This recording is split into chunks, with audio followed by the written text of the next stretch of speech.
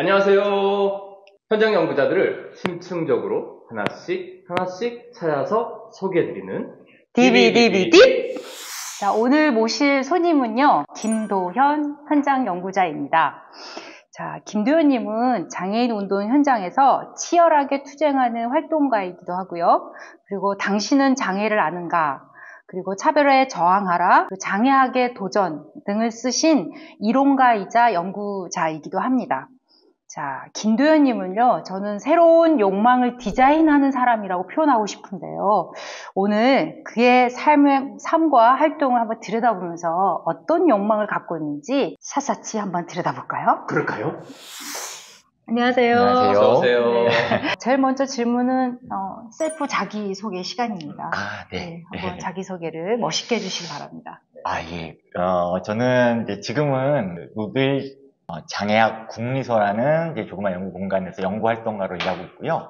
차별에 저항하는 장애인 언론 비마이너의 이제 대표 역할을 맡고 있는 김도현이라고 합니다. 네, 반갑습니다. 네. 도현님, 제가 알기로는 원래 세무대학을 다니신 걸로 알고 있어요.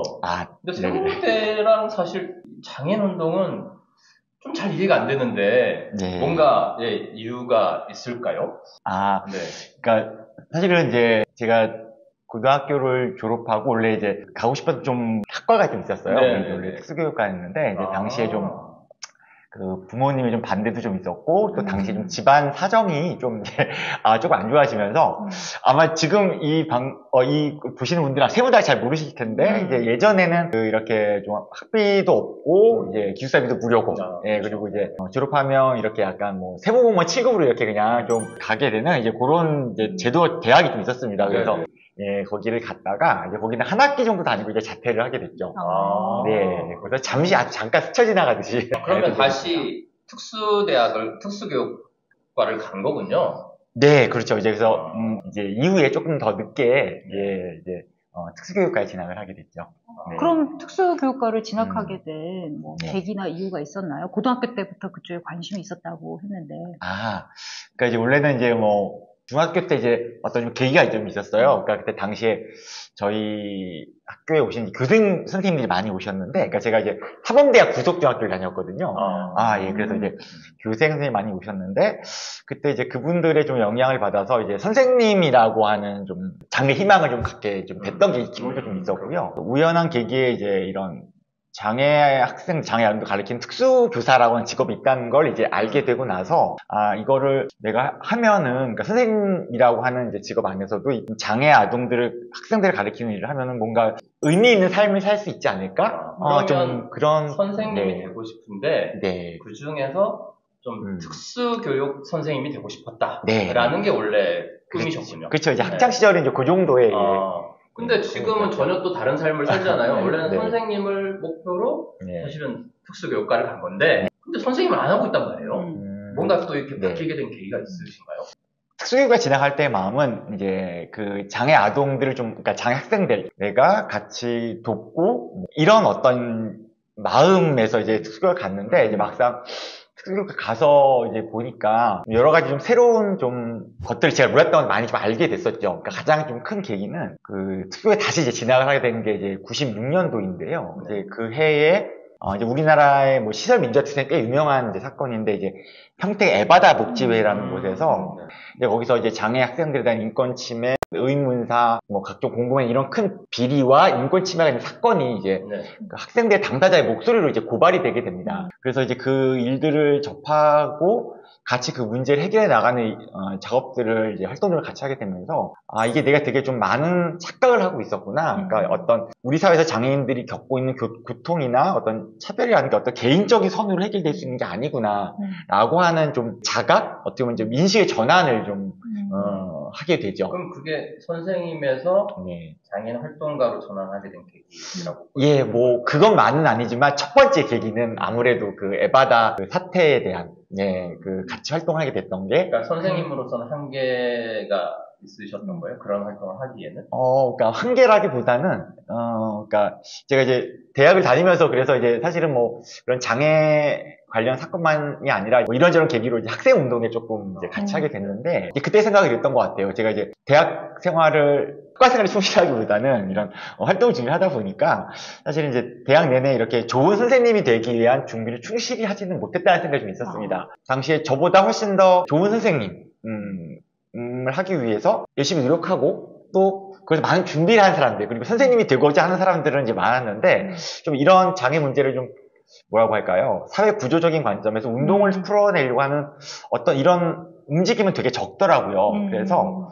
저는 어떤 게 꼭 뭐 낫다 아니다 이런 거라기보다는 이것도 필요하고 이것도 필요한데, 선생님을 하고자 하는 사람들은 나보다 훌륭한 사람이 많이 있고, 근데 이 일은 상대적으로 한리한 사람이 없으니까, 그러면 이 길로 가는 게 내가 생각했던 어떤 처음에 품었던 문제의식을 좀 더 잘 풀어내는 과정이 아닐까, 이렇게 생각하게 됐던 것이죠. 이제 고등학교 때나 네. 이제 진학하기 전까지는 일종의 개인의 어떤 동정이라든지 좀 그쵸. 시의적 차원에서만 생각을 했던 게 결국은 네. 사회 구조가 바뀌지 않은 이상은 그게 해결될 수 없다. 그런 인식의 전환, 그렇죠. 뭐 확대로 이어지면서 이렇게 장애 운동으로까지 이렇게 어떤 고민이나 실천의 깊이가 깊어진 것 같네요.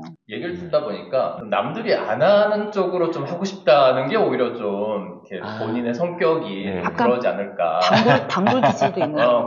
약간 좀 마이너, 마이너. 마이너에 대한 어떤 그런 지향. 이런 다른 사람 것들이 좀 생각하는 거 별로 좋아하지 않는.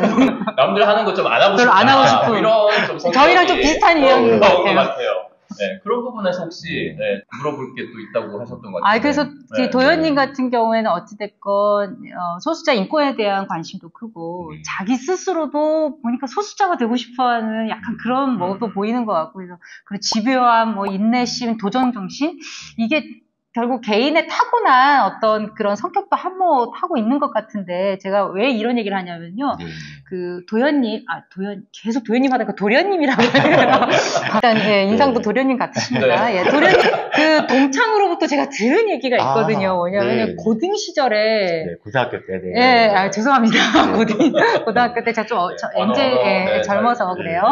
청소 아저씨한테 그렇게 집착을 했다고 그러더라고요. 도대체 무슨 일이 있었던 건가요? 이게 그거는 조금 약간 설명이 필요할 텐데, 제가 고등학교 때 이제 같이 이렇게 문예부 활동을 좀 했었는데요. 그래서 이제 그냥 고등학교 때 일주일에 한 번 이렇게 모임을 하는 게 아니라 이렇게 따로 이제 부서실도 있고 매일매일 모여서 활동을 같이 했었어요. 시를 한 편씩 써와서 이제 선배들하고 같이 이제 합평도 하고 이런 자리가 있었는데, 근데 제가 그때 이제 썼던 시 중에 하나가 청소부 아저씨라고 하는 시를 하나 썼는데, 이게 선배들에게 뭔가 이렇게 아주 좋은 평가를 받지 못했던 것 같아요. 뭔가 그래서 그럼 이걸 내가 조금 더 잘 완성시켜보고 싶다? 그래서 이제 그걸 계속 이렇게 퇴고와 이제 새로운 개작과 이런 거 이제 거듭했던 과정이 있었죠. 그래서 이만하면 됐어! 라고 하는 답을 쓸 때까지 이제 계속 그 작업을 했던, 요런 조금 얘기가 아마. 다른 분들은 계속 다른 주제를 갖고 계속 시를 쓰는데 계속적으로 청소하고 아저씨 주제를 갖고. 하나를 하면 끝을 봐야 되는 그런 성격이라는 그런 느낌이 확실히 드네요. 그죠?